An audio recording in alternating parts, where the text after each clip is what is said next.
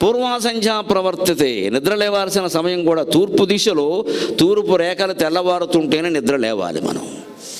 6 గంటల తర్వాత కూడా మంచం మీద ఆడది కానీ మొగాడు కానీ పడుకున్నారు అంటే ఆ ఇంట్లో శని అంతకుముందే ప్రవేశించింది, వీళ్ళకంటే ముందే. ఇక మళ్ళీ వెళ్ళదు అది. పిల్లలు ఎవరైనా పడుకుంటే వేరే విషయం అండి. 8 ఏళ్ల లోపు పిల్లలు, 80 ఏళ్ళు దాటిన వాళ్ళు పడుకోవచ్చండి, వాళ్ళకి మనం సమయాలు చెప్పొద్దండి. 8 ఏళ్ల లోపు పిల్లలు ఎంతో, 80 ఏళ్ళు దాటిన పెద్దలు కూడా అంతే. 2 బాలురు 2 వృద్ధుల కింద లెక్క. 80 ఏళ్ళు దాటే పెద్దవాళ్ళు అంటే వాళ్ళని చిన్నపిల్లలను చూసినట్టే చూడాలి, ఇంకేం మన నిబంధనలు వాళ్ళకి చెప్పద్దు. ఇంకా వాళ్ళు ఎలాగో అలా ఉంటారు, ఇంకా సర్దేసుకోవడమే. చిన్నపిల్లలు అంతే.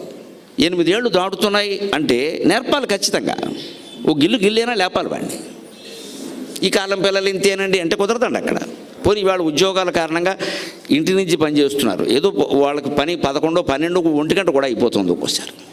అప్పుడైనా పడుకోమనాలి. అప్పుడు కూడా